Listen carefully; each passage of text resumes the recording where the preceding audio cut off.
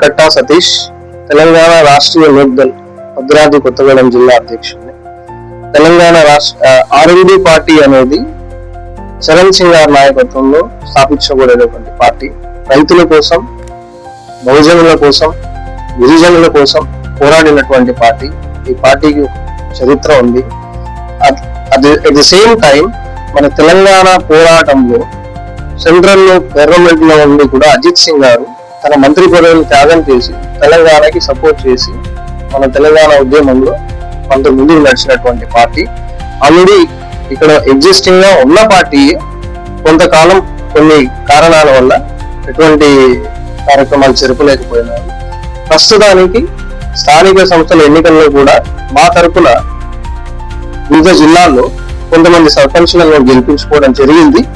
ఇప్పుడు ప్రజెంట్ రాబోయే కార్పొరేషన్ ఎన్నికల్లో మేము ప్రతి వార్డు నుంచి పోటీ చేయడానికి సన్నద్ధం అవుతున్నాం. దానికి ఈ రోజు భద్రాద్రి కొత్తగూడెం జిల్లా విస్తృత స్థాయి సమావేశం జరిగింది. దానికి మా రాష్ట్ర అధ్యక్షులు అలాగే బీసీ సంఘం అధ్యక్షుడు శ్రీ నారాయణ గారు ముఖ్య అతిథిగా రావడం జరిగింది. ఈ సమావేశం ముఖ్య ఉద్దేశం ఇప్పుడు రాబోయే కార్పొరేషన్ ఎలక్షన్స్ లో మేము పోటీ చేయడానికి రెడీగా ఉన్నామని అందరికీ తెలియజేయడం కోసం ఇచ్చేసాం. ముఖ్యంగా మా పార్టీ నుంచి, ఆర్ఎల్డీ పార్టీ నుంచి యువతకి అవకాశం మేము ఎక్కువగా ఇస్తాం. ప్రతి పార్టీలో అవకాశాలు లేక చాలా మంది రాజకీయ జీవితాన్ని వదులుకుంటున్నారు.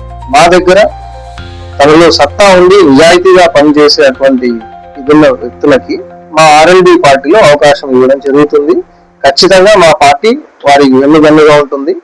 ఈ ఎన్నికల్లో ఏవైతే పార్టీలు ఉన్నాయో వాటికి సరి సమానంగా మేము పోటీ చేయబోతున్నాం. ఇది మాత్రం చెప్పవచ్చు. భద్రాద్రి కొత్తగూడెంలో ఉన్నటువంటి సమస్యల మీద ఇక నుంచి మేము పోరాటాన్ని మొదలు పెడతాం. తీసుకుంటే మన ఉమ్మడి ఖమ్మం జిల్లాలో 3 మంత్రులు ఉన్నారు. ఒకరు రెవెన్యూ శాఖ మంత్రి, ఒకరు ఉప ముఖ్యమంత్రి, ఇంకొకరు వ్యవసాయ శాఖ మంత్రి. ఖమ్మం నుంచి ఇప్పుడు రోడ్ వేసే తీసుకున్నాం. మనం ఖమ్మం నుంచి కొత్తగూడెం రావడానికి 70 కిలోమీటర్ల పరిధిని ఒక్కోసారి 2 గంటలు 3 గంటలు కూడా సమయం అవుతుంది. దాన్ని రోడ్ వైడనింగ్ చేయడానికి ప్రాబ్లం ఏంటి? ఇంకోటి ముఖ్యంగా కొత్తగూడెం పట్టణంలో నేను చూసింది సెంట్రల్ లైటింగ్ సిస్టమ్. అది లేక చాలా యాక్సిడెంట్ జరుగుతుంది. ముఖ్యంగా ఇప్పుడు వింటర్ సీజన్ ఫాగ్ రావడం వల్ల అవతల వ్యక్తులకు కనబడకపోవడం వల్ల చాలా నెంబర్ ఆఫ్ యాక్సిడెంట్స్ జరిగినాయి. మొన్న రీసెంట్ ఒక బస్ యాక్సిడెంట్ కూడా స్టూడెంట్స్ జరిగింది. అది బయట జరగచ్చు, బట్ మన కొత్తగూడెం టౌన్ లోనే ఈ పరిస్థితి ఉంటే బయట పరిస్థితి ఏంటి? అది లేదండి. ఇలాంటి సమస్యలు చాలా ఉన్నాయి.